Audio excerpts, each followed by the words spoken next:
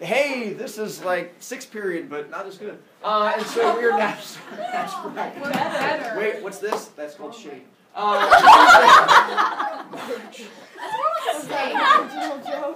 And we're getting into more of our Greek mythology stories. We're going to finish out Pandora, then we're going to talk about Phaethon, and then maybe talk a little bit about Arachne. And we're going to finish out the blue sheet and be completely done with it, because it's officially due next week. And so as of 5 minutes from now, that whole sheet's going to be finished.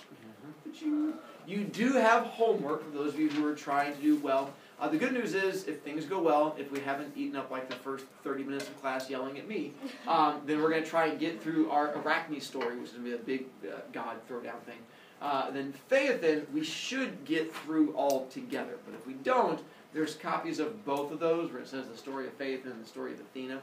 Ooh, and because I'm a horrible person, I forgot to tell you yesterday, I think I did, Tales of the Underworld has the map from yesterday. So if you need to see that map of the different locations and where things are, that's on that one. So if you download it, that whole map is on there to help you out. You can see, bad computer. And then that's the stories that we'll get to here in just a moment. Twitch. When are you going to talk, this is random, when are you going to talk to us about our book report for 4 times? Oh, I already started my book. that's good. It might not happen, so we'll have to see. So if I've not talked to you yet, there's a chance you might not have to worry about it. Oh, thank you. Plus, the other thing is, you don't get to choose your book for the 4th 9 weeks. It was a set list of books you'd have to choose from. And so that's why I purposely started early because it was a long book just so I could so proud of you. That's why I hadn't said anything about it yet. So plus, it's a really tough book report. I wasn't trying to get into that one yet. So you're not I was I was trying to go happy places. Stop making this child cry. It's distracting. Back to the blue sheet. Ones that you might not have done yet. Question 31. Who is the goddess Swornos? Athena. 6. Conversation yesterday. And then what new form does she end up taking? River. Nicely done. In theory, I mean, we hit that one yesterday, but that's all paying attention A to. river in Hades. And then The Underworld. in Hades, the Underworld. Hades is the official name of this place called Underworld.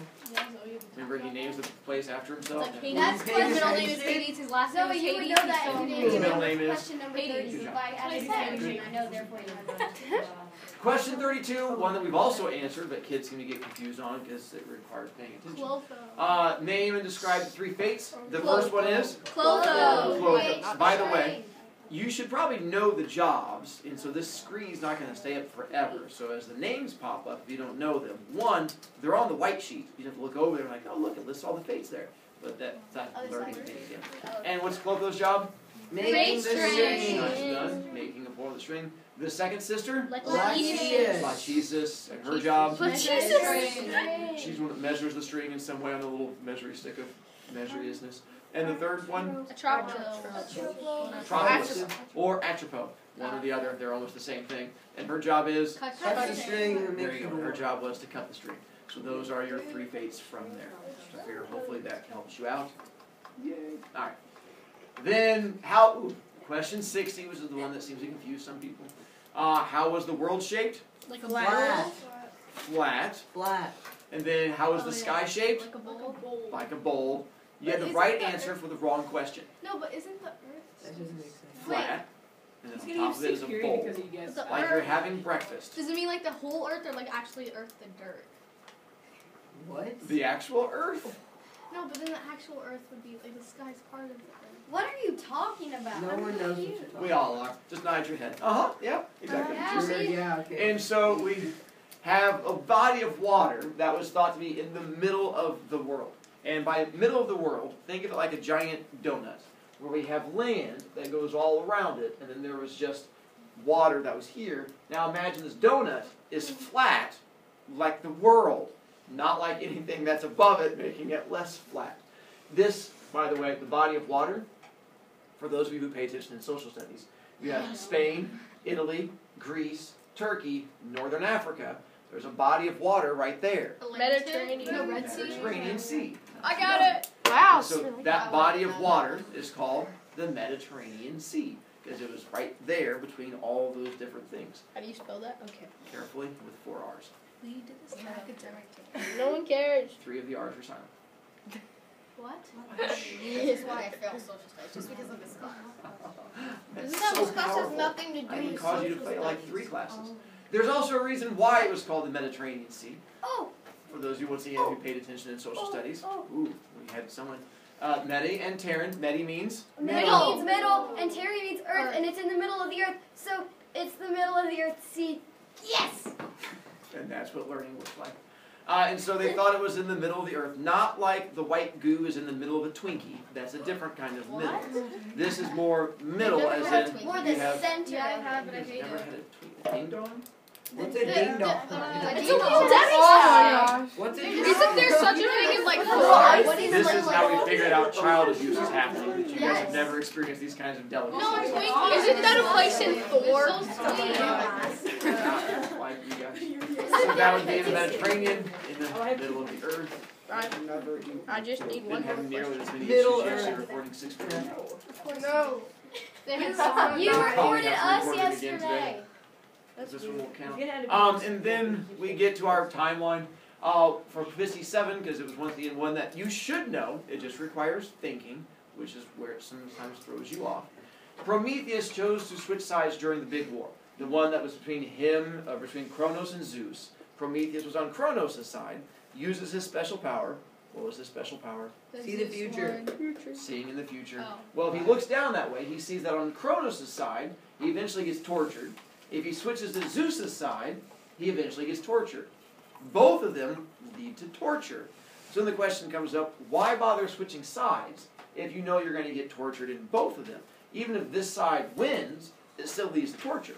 But something happens along this path that makes the choice worthwhile for Prometheus. Humans. What about them? He helps them. And that's the big part of it. The fact that he's able to help humans is why he ends up switching sides. He's like, if both paths lead to torture, at least on one path, I get to do something good for people. And I get to at least make things worthwhile. So for me, it's worth switching even though the torturing comes in. Because sometimes it's worth it to be a good person. Not for you guys, but for others. Now, you should have everything answered on that blue sheet, except for like a couple of questions about Pandora we're going to get to with our story here in just a moment. If you have anything that's still not answered, you can go clicky, and I have all the answers on the website. And you can now click it, and now it opens up with all the answers to help you out. It's not your face? It's not my face anymore. Now it is the actual answering things to try and make life a little bit better for you. Sorry. Lakin. No. Child. It doesn't matter. Child. Okay. So, Was there a specific story associated with the 19? Nope, just me talking about it. Okay. Back to Prometheus. We can go through it. We got through the torture of Prometheus? Yes. Yay. Which was what? Chained to the mountain, and then the sun would come over and then burn him, and it'd be really cold at night, and then And then the eagle ate his would head eat off. his liver. The liver. The Did you liver's applaud important. liver eating? we got to where Prometheus gets I apologize. Pandora. I should have assumed as soon as we got to the idea of torture and pain, you would have known exactly what the answer was, and you'd be all over that one. That was my fault, not for going straight to that one. So we got to Prometheus' torture, except that Zeus does say he'll free him if he does what? Oh, predicts the future and tells him who will overthrow him. And does Prometheus do it? No. There you go. Why? Because he doesn't want to kill human. Trying to be a good person. Not an emotion that some of you understand, but one that he was trying to go with. Did we get into the story of Pandora? Yeah. We made got the to, puppet you literally thingy. showed got us to a where he big gave cube. them the You box. showed us a box. That's all you showed us. No. Yeah. Puppet. Yeah. Yes. So we got to puppet. No, we already saw puppet. We got to the box. We already met the puppet. You showed Yeah, us she a was box, creepy. and then She the looks bell like rang. a We're getting We to saw that. a box. So We with got our to the part here, where you were about to who talk makes about this? Zeus. What? Zeus.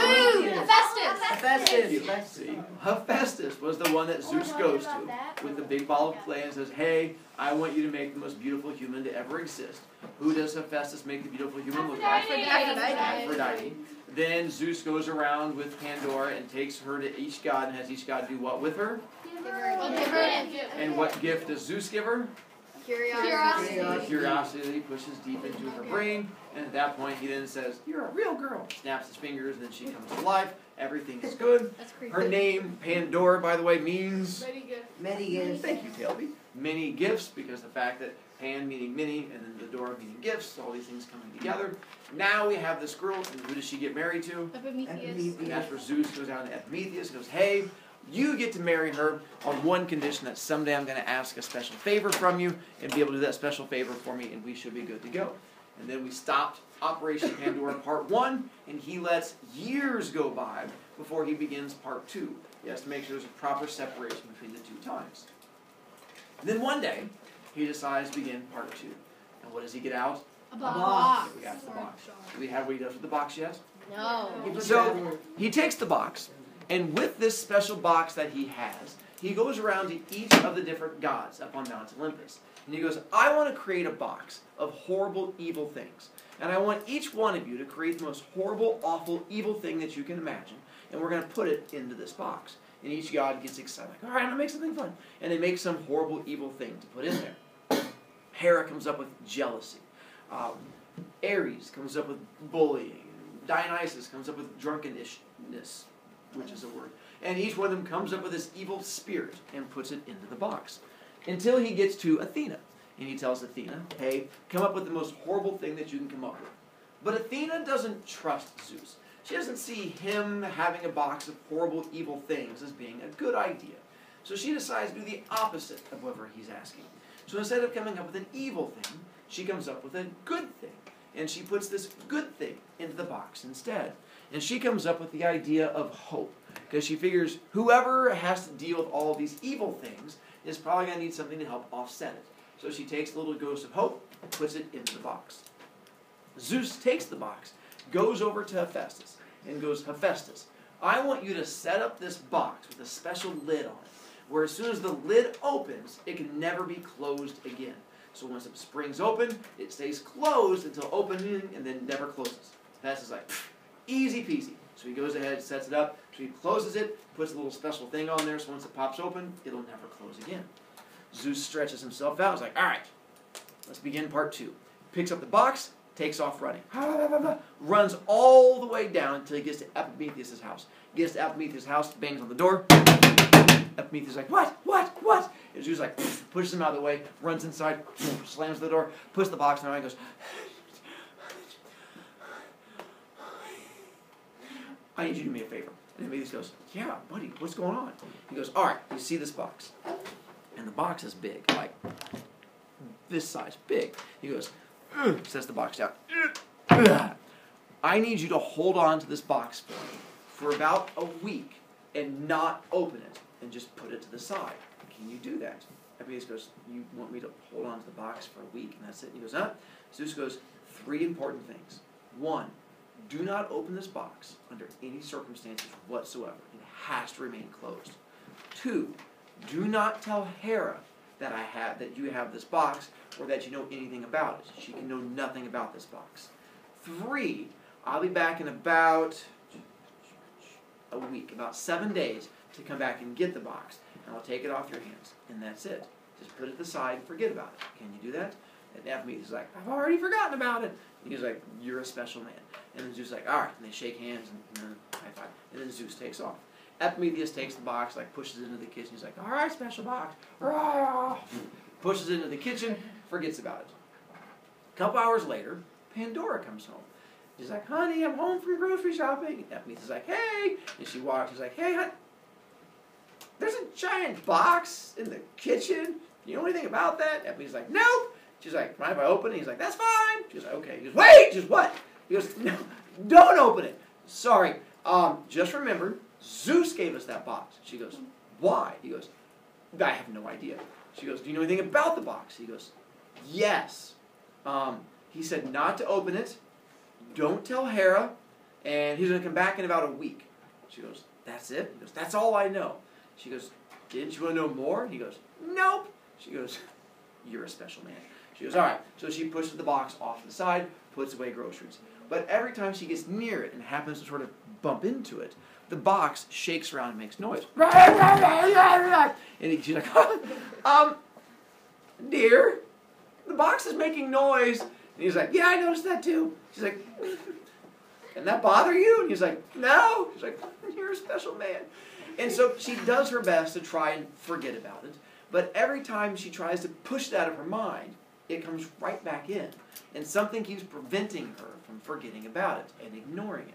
And that thing is? Curiosity keeps flaring up in her brain, making her come back to it. And she goes over and starts knocking on it. She's like, "Hello, box." She's like, "I know, box." She's like, "What's in you?"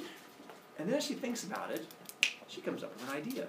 And she knows what's inside that box. Something that Zeus is hiding from Hera. That's a big-sized box that he doesn't want her to know about, and that he's going to come back in about a week. She has a guess on what's inside that box. Her guess would be A baby. a baby or a human or a person of some kind. And she's like, "Dear, I think there's a person in the box." He's like, "That could be." She's like, "You're so special." She goes, "Okay." So she decides that she's going to feed who's ever inside the box, because it's now been a couple days. And she's like, "I can't let someone starve, because then I'd be responsible for it, and that'd be awful." So she makes a ham sandwich, because everyone likes ham sandwiches. And she makes a little ham sandwich, and she goes over to the box. She's like, "Box, I'm going to give you a ham sandwich, because everyone loves ham sandwiches. And then, you be good, box." And she opens it, throws the sandwiches, and shuts the lid. She's like, "Enjoy your ham sandwich, your ham sandwich." And the box keeps trying to pop open again. She's like, "I'm trying to keep it," and the box springs open. She flies backwards, and when she does, all of these ghosts come flying out. She screams, and the ghosts come flying out and start circling around her house, and then out the front door, into the world, and start flying around through all of these people. Well, all of the humans this time did not have evil in the world. It had been a happy time for them.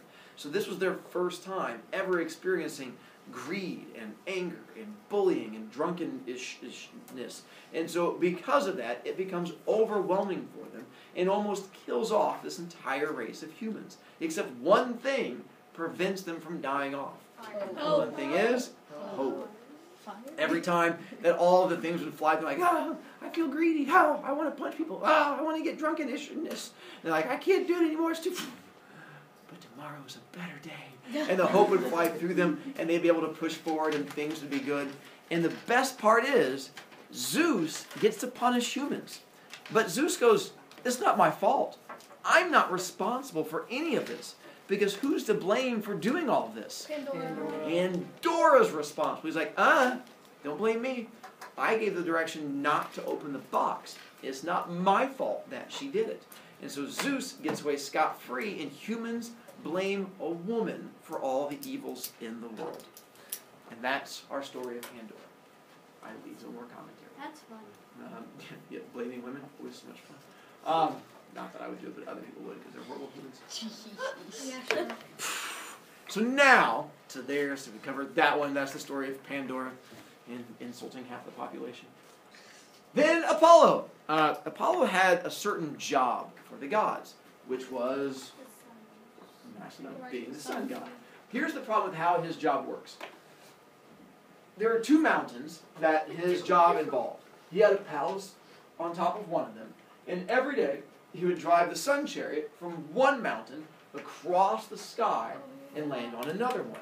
And as the sun chariot went across the sky, you would see it going up there. But as it went across, there were also monsters up there he had to worry about. And there was like a giant scorpion and a bull and all these lions and things that he had to sort of dodge around as he went from one side to the other. He had to be big and brave and strong. When he got to this mountain in the evening time, he would then come down the mountain to this body of water in the middle. What's the body of water called? Mediterranean Sea. Good job. I know.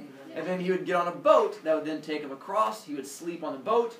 It would get over to here. He would take his chariot up to there, and then he would start the whole process all over again. Mr. Brovicast, why not just make a second palace over there and then just go back and forth each day? That'd be so much easier. I agree, but he didn't. Why could he not just build a palace over there to go back the opposite direction? Then it'd always He'd be leave his day. clothes over there and not be able to have his clothes on. What? What? No. It would always be The sun day. goes east. No, but a good guess What? also because he put the chariot inside the little thing. The sun goes east, west, or west? Yeah, the sun only goes one direction. Uh, Each day, it doesn't go That makes pingity, pongity, pingity, pongity, pingity. And so it only ever goes one direction, so they had to find a way to explain the One fact. direction. So, We literally discussed this in jail. and so that's why he had to come down and use a boat to go across. The issue with this is that it takes up his entire day. Is all spent doing that, which really cuts into his ability to mac on the ladies, which really upset Apollo. He was like, I have no time to go talk to all the women folk because all I'm doing is driving the sun chariot. So he decides to retire and step down from the job. And he has another guy step up instead. A guy by the name of Helios. And Helios was just another Titan who gets to step into this job. And Helios becomes the new sun god who goes from one side to the other. And Apollo gets to run around on Earth and mac on all the ladies and be like, yeah, that used to be my job, but it's not my job anymore. The issue is, Helios, who used to be a Titan, had a family. He had gone and met a human girl and ended up having a couple of kids. One of them was a boy by the name of Phaethon. But Phaethon was still a tiny baby when Helios got hired and went up to become the sun god. So Phaethon grows up without having this father around, which bothers him. And the worst part is, as he gets older, he complains to his mom, hey, I wish Dad was around, why don't I have a father? And one day she tells him, hey, you know why you don't have a father? It's because, do you see the thing up there? That's your dad. Your dad's job is to drive from one side to the other. It's a really important job. He can't be around for you. We apologize. It's what happens with really important jobs. Helios says, really? I think you're just making that up trying to be like that whole nice mom thing. She's like, no, really, that's your father. Well, Phaethon goes back to school and starts telling all the other kids at school, hey, you know why my dad's not around? Because he's the sun god. That's why my dad's not here. And starts trash talking all of his friends, and all of his friends like, whatever, you're just making stuff up. That's not really your father. Prove it. He's like, I can't see. I'm waving at him. He's waving at me right now. Just stare at him long enough, you'll see him waving. And so he does the same thing. And eventually, the other kids keep bullying him and giving him a hard time. So he goes, fine, I'm going to prove it. So he decides he's going to seek out Helios and confront him to see if his mom's really lying to him or not. So over the course of a year, he searches out this mountain where his father's castle is supposed to be, climbs up to the top of this big castle, gets up there, throws open the giant doors. It's still really early in the morning before the sun has actually begun the day. He walks in and is like, my name is Phaethon, and you're my eyeballs. And he sees this big, bright, burning light, and he falls down. He's like, I can't say anything. And he hears a giant, booming voice respond to him. Who are you? Why are you in my house? And Phaethon responds, you are Helios. You are the god of the sun. My name is Phaethon. My mother has told me that you are my father. I'm here to find out if it is true. All of a sudden, the bright light disappears. Wink. Helios puts away his crown and goes, son, come forward. And brings Phaethon up to him. Phaethon gets all blinky. He's like, blinky, blinky, papa. And Helios is like, son. And they hug each other. Huggy, huggy, huggy. Son. He's like, I've missed you so much. I guess I got it. And so at that point, he goes, I apologize. I've been gone and I haven't had a chance to see you. This job takes up, it's like all day. And so because of that, I would like to make it up to you. Here's what I'm going to do for you. I'm going to give you one wish. Whatever you want, your choice. If I can do it, I will do it for you. I swear on the river Styx, son, whatever you ask of me, it shall be yours. That is my way of proving to you I am your father. Well, Phaethon thinks about it. He's like, what do I want? And he realizes he really wants to show off to his friends and prove to them that this is really his father and that he's so much cooler than all of them. And there's only one thing that his father can do for him that no other god could do for him that would really prove it to these humans. So he comes up with an idea of what he wants. And that would be? To drive the sun chariot. He wants to drive the sun chariot himself. So he tells Helios, I want to drive your car today across the sky, and I'm going to spell my name while I'm up there, and it's going to be so cool, and the other kids are going to have to respect me because I'm going to be the bomb diggity. And Helios goes, 1, I don't think that's a phrase. 2, no, that can't happen. Phaethon goes, what was that? Helios goes, you can't drive it because you're yay big. I'm like pshaw big, and I'm like all God, and you're like half God, and there's these giant horses. You simply can't do it. And Phaethon goes, I want to. And he does this whole big pouty thing. And he says, you have to let me. And he's right. Helios does have to let him. Because River Styx. promised on the river Styx. So even though he tries to talk Phaethon out of it, Phaethon refuses because teenagers. And he refuses to be talked out of it. Goes up there, gets in the little chair, has these gigantic reins that are so big, he has to like hold on to the rope and it's like, jumps up, it's like, wee, snap, go, horsey. And the horse takes off into the sky. As the horse takes off into the sky, Phaethon's holding on to the reins' little legs, and they are like, flippity, flappity, flips, like, I'm having so much fun! As he goes flying up through the air, and then all of a sudden, the first monsters start to jump out. A scorpion, and a bull, and a lion, and Phaethon covers his eyes like, I made poor choice! And he covers his eyes and screams. The horses, when they see it, go the opposite direction. And they go away from the big scary things, and there's no one there to control them and make them stop. Not only do they go away from the scary things, they go straight down and hit Earth and start bouncing along Earth. The big flaming chariot burning everything that it hits. This place they hit is in Africa. Ends up creating a land formation as it bounces along the ground in Africa. That land formation? Desert. The Sahara Desert. Not only does it create the Sahara Desert, but because the sun is so powerful, it burns the skin of every person in that area, thus darkening their skin forever. And the farther away you were from it, the lighter your skin became. And then it bounces back up into the sky. They had to explain it somehow. And so it bounces back up into the sky. When Zeus sees this, Zeus freaks out because of the prophecy. What did the prophecy say? Earth will flame. Earth dies in flames. So Zeus sees it like, oh no! He has to solve this problem. So Zeus solves this problem the way he solves all problems. Murder. Nicely done. By death! Death solves so many things. And so he quickly pulls out his lightning bolt, sees the kid, and he's like, when? Throws the lightning bolt right at Phaethon, hits the little chariot, wheel, wheel, horse, horse, boy! And falls from there, hits a river down in Africa. So hard, it actually was in the Middle East, not Africa, in the Middle East, and ends up killing him. That river ends up being renamed for him. And there is a river in the Middle East that is named after Phaethon because of his mom and his dad got together. Like, we miss him so much. He was such a stupid teenager. And the next day they have to build a new chariot, and it continues on from there. And that is our story of Phaethon. The thing we learn from it is... Don't be stupid teenagers. Yes, right. Stupid teenagers die in car wrecks all the time. And this is a story that goes all the way back to Greek mythology. RJ! Did you ever consider being an actor? Technically, I act every day. I act like you guys.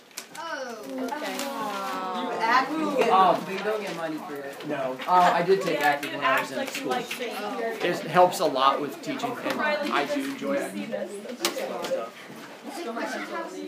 It is not. It is. I get to get at the very beginning of the story just to give you a little hint of it, because that way it gives you guys less homework. Can you pack up? If you want to pack up, as long as you can do it quietly and not make me want to strangle a child, that's fine with me. Oh, nice one. That's impossible. Real quick, the story of Arachne, just at least touch on it to give you guys a little hint of what it is. Do you guys know what weaving is? Yeah. For those of you who have gone to Conner Prairie, it's where you can make like a whole big, it's like a, like my Spider-Man thing, like tapestry. But that's like where you make it out of strings, where you weave the strings together. If you've been to Conner Prairie, they have these things called looms, and like the little old lady who's like, I'm a loomin', and she's just like this little looming thing. I think that's her. And she's looming like the best of them. There was a girl by the name of Arachne, who was a human, who was really, really good at creating all of these tapestries, at basically weaving. She was so good at it that humans would follow her around and cheer her on.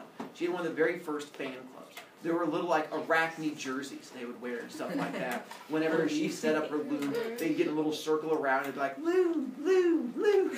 And she got a really big head about it. So much so that people would just compliment her by saying, hey, you're so good at this, there's only one person who could have taught you how to do this, and that's the god of weaving herself.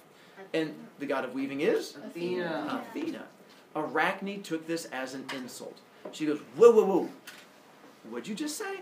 They're like, that you were trained by the god of weaving because you're so good. She's like, no. There's no way she trained me because that's a story I'm going to have to read on my own. And you'll find out what happens when you challenge a god to a battle.